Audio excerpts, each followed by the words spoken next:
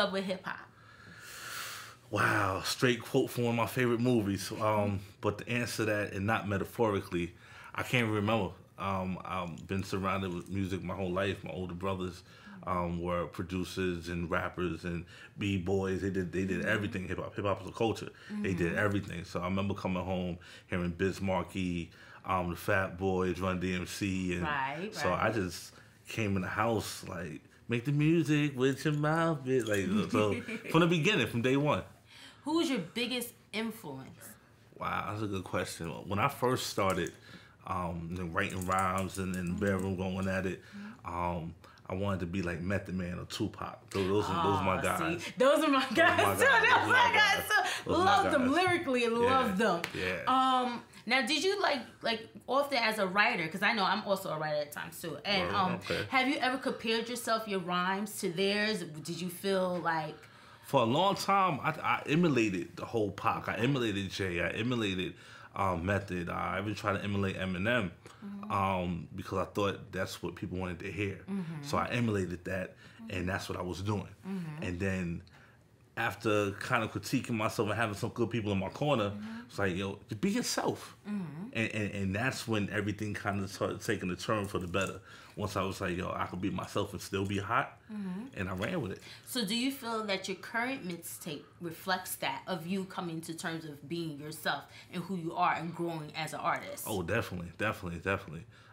Growing as an artist, maturity, more experiences, learning what to do and what not to do, and just being yourself. And most importantly, I know it's gonna sound real cliché, but having fun.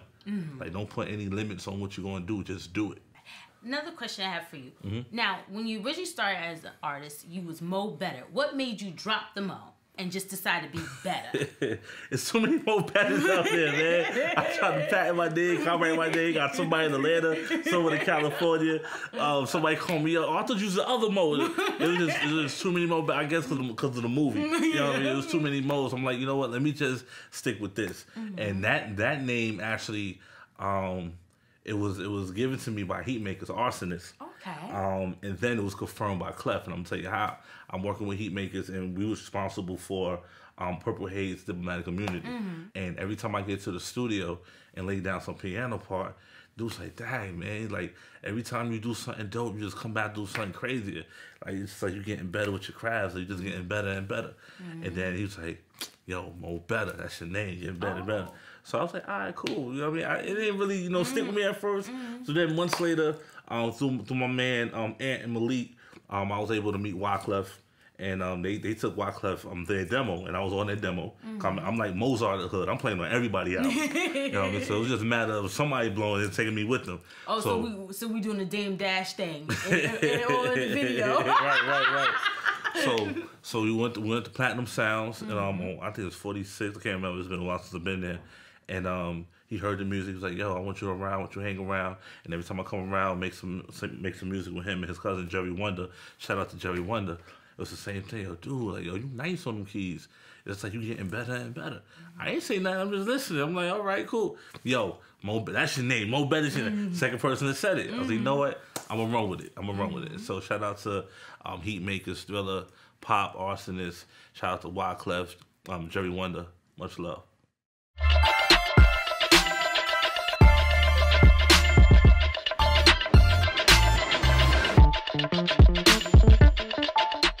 So I know you have 3 different mixtapes. Now, can you tell me the time span from the first and the second, and now your third? And where was you in your mind space during that time? The first one was over 10 years ago. Okay. Mind space was, I need to improve my situation. I need to, get out this hood. It was getting real, crazy where I was. And I had a gift. Yeah. It wasn't yet developed, but I had something, and I had to use it to change my situation. So that was my mindset at that point. Then I tried something else, and I started again. I've been producing. I've been producing before I was rapping. Okay. So I've always did that. Got my start with Heatmakers. Later on, started working with Wyclef. So I already had the gift to make music. Now it's like I'm stepping out in the forefront. Now I gotta be that star. Now I gotta, you know what I mean. No one puts baby in the corner. So the second project was like, let me just hurry up and get this out of here. Once again, I need to change my situation. You know, I got a kid on the way. I got to, you know, make things better for myself. Then I kind of just, you know, left things alone for a while. And then on the third project, it's like I'm in a whole different space.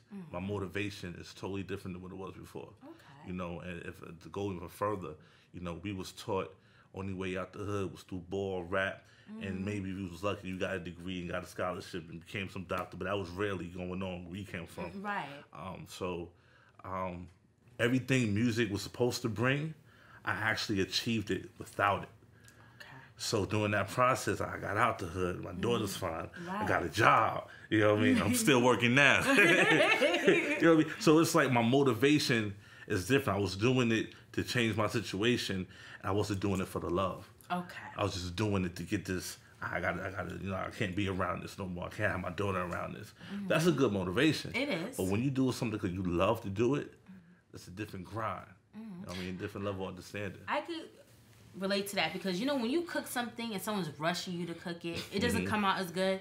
But when you cook it because you love it, you put your heart and soul in it, that meal comes out perfect. Right. So I would say that me being a listener of your music, that I would say that up to date, that this is by far one of your best pieces of work. Wow. It's more diverse than before.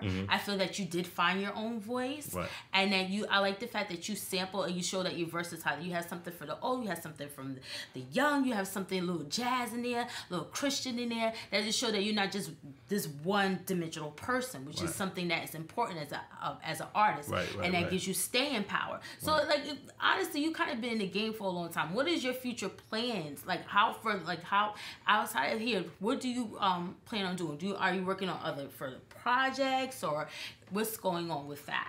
I'm definitely working on the projects. I'll put this album out. Have a gospel project I'm working on. They Touch the Cherry, independent artist from Allentown, PA. Excuse me, originally from New York, but by way of Allentown, PA. Working on her project. A couple local artists working on their projects. It's like I said, it's a grind. I'm doing it now for the love. So any given moment, you'll see me on stage. Matter of fact, I had a show a couple weeks ago. Mo, you rapping? You playing? Like, what you doing? Because I could do both. I said, no, I'm just playing. So I got a whole bunch of things in the work. I really don't want to put it out there yet. You know, I'm the type, I let my work speak for itself. I could show you better than I could tell you. One thing that, and this is back to what I'm saying, like being in a different space and learning the business of what you're doing. You don't have to tell the whole world what you're doing. If you understand the business, understand marketing, understand promoting, and you hit them certain venues, they gonna know what's up. They watching. Streets is watching. I'm definitely going old school too, Master P way. Selling out the car. There's some people that still listen to CDs. Oh gosh. You got a CD player in your car, right? I do have a CD player. Exactly. So as long as there's CD players and cards, CDs are gonna be relevant. Okay. So I'm gonna hit them from all angles. Got a point there. Hit them from all angles. Okay. All angles.